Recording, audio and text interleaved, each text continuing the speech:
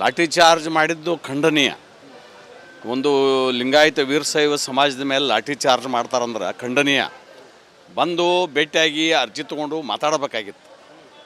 ಅದಾಗದೆ 2A ಆಗದಿದ್ರೆ ಹಿಂದಿನ ಸರ್ಕಾರ 2D ಕೊಟ್ಟಿತ್ತು, ಅದನ್ನಾರು ಕೊಡ್ತೀನಂತ ಹೇಳಬೇಕಾಗಿತ್ತು. ಯಾವುದೂ ಕೊಟ್ಟಿಲ್ಲ.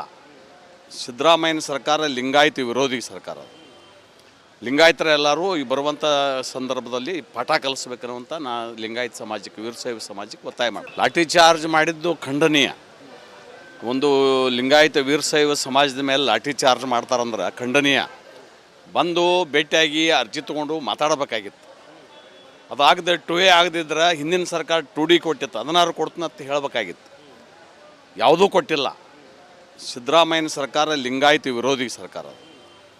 ಲಿಂಗಾಯತರ ಎಲ್ಲರೂ ಈ ಬರುವಂಥ ಸಂದರ್ಭದಲ್ಲಿ ಪಾಠ ಕಲಿಸ್ಬೇಕನ್ನುವಂಥ ನಾ ಲಿಂಗಾಯತ ಸಮಾಜಕ್ಕೆ, ವೀರಶೈವ ಸಮಾಜಕ್ಕೆ ಒತ್ತಾಯ ಮಾಡಿ.